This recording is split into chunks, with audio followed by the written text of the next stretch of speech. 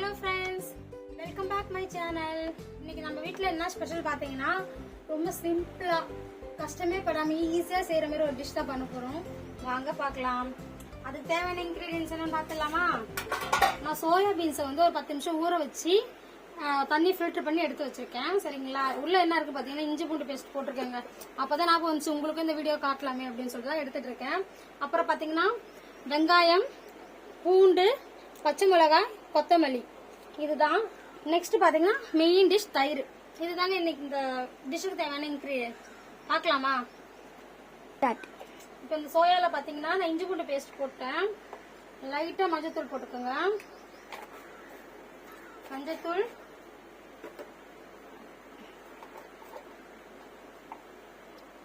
காரத்தூள்,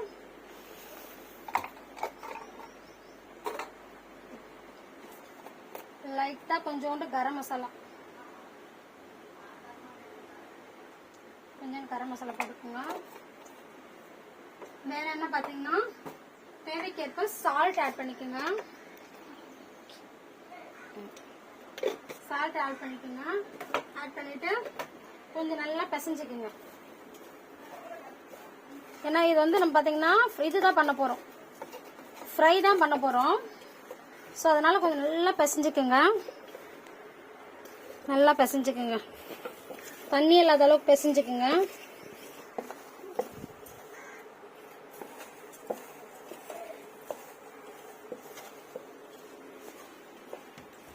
பிசைஞ்சு நல்லா வச்சிருங்க. கொஞ்ச நேரம் நல்லா பிசைஞ்சு வச்சிருங்க. பிசைஞ்சிட்டு ஒரு 10 மினிட்ஸ் ஊறட்டும். ஊறத்துக்குள்ளே நம்ம வந்து செய்யறாங்க. பட் நம்ம கொஞ்சம் லைட்டா ஃப்ரை பண்ணிக்கலாமே. பச்சை மிளகா, பூண்டு, இதெல்லாம் வந்து ராவா போட்டா நம்ம சாப்பிட டேஸ்ட் நல்லா இருக்காது. ஓகேங்களா? ஏன்னா நம்ம வந்து ஃபுல்லா இந்தியன் ஸ்டைல தான் சாப்பிட்டுருப்போம். இது வந்து என்ன ஸ்டைல் ரெசிபி பாத்தீங்கன்னா, நேபாள ஸ்பெஷல் ரெசிபி, வந்து புரோட்டீன் ரிச்சான ரெசிபின்னு சொல்றாங்க. ஸோ நம்ம ஒரு டைம் ட்ரை பண்ணி பார்ப்போமே அப்படின்னு சொல்லிட்டு, இந்த கிளைமேட்டுக்கு கொஞ்சம் நல்லா இருக்கும், வெயிலா இருக்கு, தயிர் வச்சு செய்யறாங்க. ஸோ வெயிலுக்கு இதமா இருக்கும்னு சொல்லிட்டு இந்த ரெசிபி ட்ரை பண்ணுவோம். ஆயில் நல்லா காஞ்சிச்சு, எண்ணெய் நல்லா சூடாயிடுச்சு பாருங்க. வெங்காயத்தை கொஞ்சம் நல்லா போட்டுக்கலாம். போட்டு ஃப்ரை பண்ணிக்கலாம்.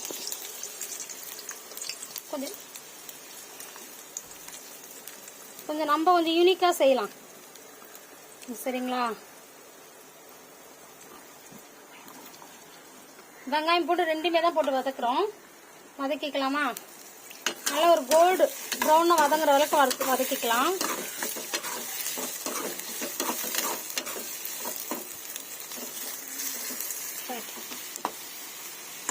நல்லா வதங்கிட்டு தான் இருக்கு பாருங்க.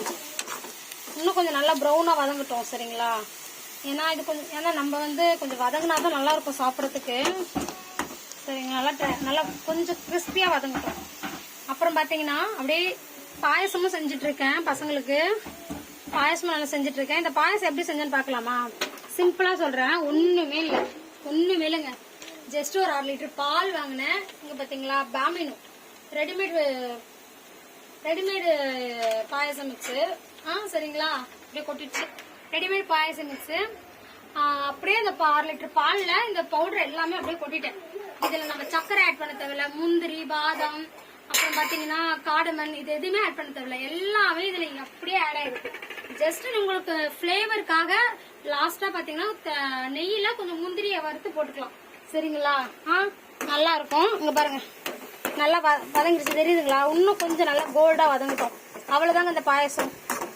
சரிங்களா? பாயசம் ஈஸியா ரெடி ஆயிடும். கன்ஃபியூஸ்டா பேசுறேன்னு நினைக்காதீங்க. ரெண்டும் ஒரே டைம்ல செய்யறமா, கொஞ்சம் கன்ஃபியூஸ்ட் ஆயிடுச்சு. இன்னும் கொஞ்சம் வெங்காயம் நல்லா கொஞ்சம் வதங்கிட்டோம். சரிங்களா? வதங்கிடுச்சுன்னா நம்ம எடுத்துடலாம். இப்போ நல்லா வதங்கிடுச்சு, தெரியுதுங்களா? நல்லா ப்ரௌனா வதங்கிருக்கிறது. அப்படியே இதை நம்ம எண்ணெயை ஃபில்டர் பண்ணி எடுத்துக்கலாம். ஃபில்டர் பண்ணி எடுத்துட்டு நமக்கு காட்டுறேன் உங்களுக்கு அடுத்தது என்ன பண்றேன்னு. ஆனியன் எடுத்து வச்சிட்டேன் ஓரமா. சரிங்களா? நெக்ஸ்ட் பாத்தீங்கன்னா, நம்ம சோயாவை எடுத்து வச்சிருந்தோம்ல, அதை நம்ம ஃப்ரை பண்ணிக்கலாம். ஃப்ரை பண்ணி எடுத்துக்கலாம்.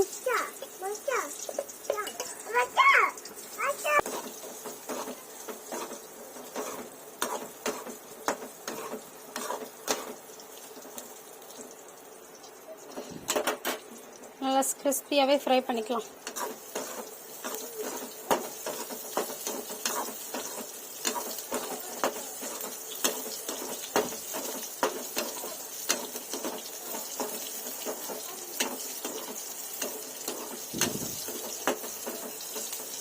நல்லா ஃப்ரை ஆகட்டும்.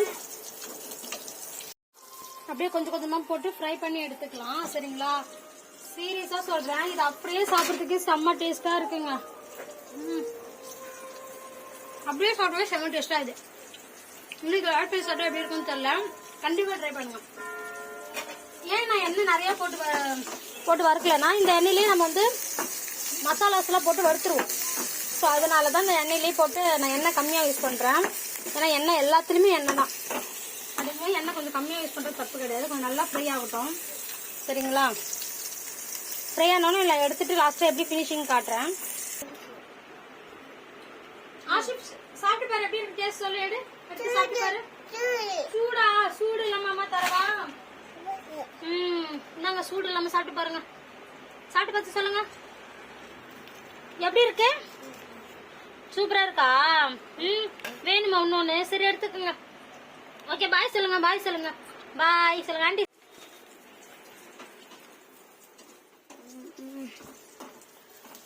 நல்லா ஃப்ரை ஆகுதா தெரியுதுங்களா?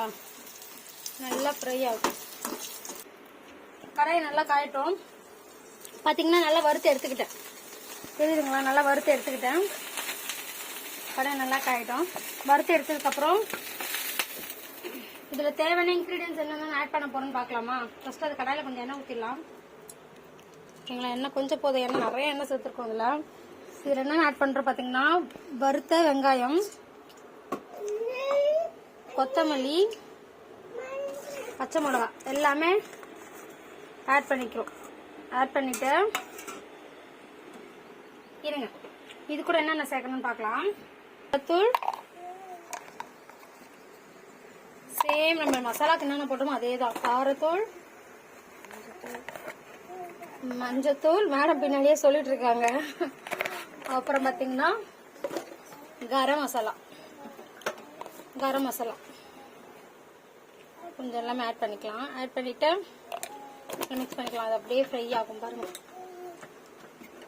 நல்லா அப்படியே ஃப்ரை ஆகும். ஏன்னா நம்ம உப்பு வந்து எல்லாத்துலேயும் ஆட் பண்ணியிருக்கோம். நம்ம டேஸ்ட் பார்த்து கூட லாஸ்ட்டாக ஆட் பண்ணிக்கலாம். சரிங்களா? கொஞ்சம் வேணா லைட்டாக உப்பு போட்டுக்கலாம். சரிங்களா? அவ்வளோதான், உப்பு போதும். கொஞ்சம் அப்படியே ஸ்டாப் பண்ணிட்டு இப்போ தயிரை இதில் மிக்ஸ் பண்ணிக்கலாம். இப்போ இதில் தயிர் மிக்ஸ் பண்ணிக்கலாம். தயிர் லைட்டாக சர்க்கரை ஆட் பண்ணிக்கலாம். இதில் வந்து கஸ்தூரி மேத்தி ஆட் பண்ணுவாங்க, கஸ்தூரி மேத்தி. பட் என்கிட்ட அது இல்லை. ஸோ அதனால சர்க்கரை மெயின். இதுக்கு சர்க்கரை எப்பவுமே ஆட் பண்ணுவாங்க. அது பதிலாக கொத்தமல்லி ஆட் பண்ணியிருக்கேன் நான். ஆட் பண்ணிட்டு இப்போ நம்ம ஹீட் பண்ணி வச்சிருந்தோம் பார்த்தீங்களா எண்ணெய் மசாலா, அப்படியே இதில் கலந்துக்கலாம். அப்படியே இதில் கலந்துக்கலாமா? தெரியுதுங்களா? கலந்துட்டு அப்படியே மிக்ஸ் பண்ணலாம். கலந்துக்கிட்டு அப்படி இது நல்லா மிக்ஸ் பண்ணிக்கலாம். இதை வந்து பார்த்தீங்கன்னா ஹை ப்ரோட்டீன் நிறையா இருக்குது. சரிங்களா? நல்லா சாப்பிட ரொம்ப டேஸ்ட்டாகவும் இருக்கும். ஏன்னா நம்ம எல்லாமே ஃப்ரை பண்ணி போட்டிருக்கோம். சாப்பிட நல்லா இருக்கும். நல்லா ட்ரை பண்ணி பாருங்கள். டேஸ்ட் வைஸ் சூப்பராக இருக்குது. பார்க்கவே கலர்ஃபுல்லாக இருக்கா? கலர்ஃபுல்லாக இருக்கா? சரிங்களா? அப்படியே இதை டேஸ்ட் பண்ணி பார்க்கலாம். நம்மளுக்கு சாப்பாடு ரெடி ஆயிடுச்சு. சாப்பாடு ரெடி ஆயிடுச்சு. பாயாசமும் ரெடி ஆயிடுச்சு. பாருங்க, பாயாசம் நல்லா ரெடியா தெரியுதுங்களா? பாயாசமும் ரெடி ஆயிடுச்சு.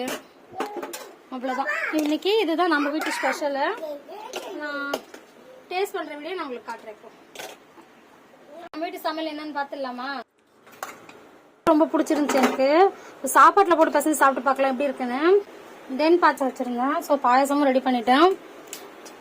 சோயா சிக்கோனியன் தென் பாயாசம், இதுதான் எங்க வீட்டு ஸ்பெஷல். நீங்களும் இது மறக்காம ட்ரை பண்ணி பாருங்க. ரொம்ப சிம்பிள் ரெசிபி, பட் டேஸ்ட் உண்மையால செம்மையா இருக்கு. நம்ம ரொம்ப லேசியா இருக்க டைம்ல டக்குன்னு செஞ்சிடலாம். என் வீடியோவை சப்ஸ்கிரைப் பண்ணுங்க, லைக் பண்ணுங்க, ஷேர் பண்ணுங்க. என் வீடியோ பாக்குறீங்க, சப்ஸ்கிரைபே பண்ண மாட்டீங்க. நீங்க சப்ஸ்கிரைப் பண்ணாதானே எனக்கும் இன்னும் ஒரு மோட்டிவேஷனா இருக்கும். இருக்கலாமா?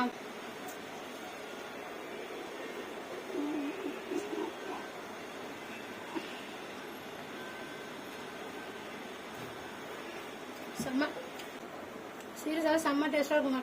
அந்த ஆனியன் ஃப்ரை பண்ணி போட்டுல இந்த ஃப்ரெஷ்ஷா இருக்குங்க. சீரியஸா செம்ம ஒர்த்து ரெசிபி. மறக்காம ட்ரை பண்ணுங்க.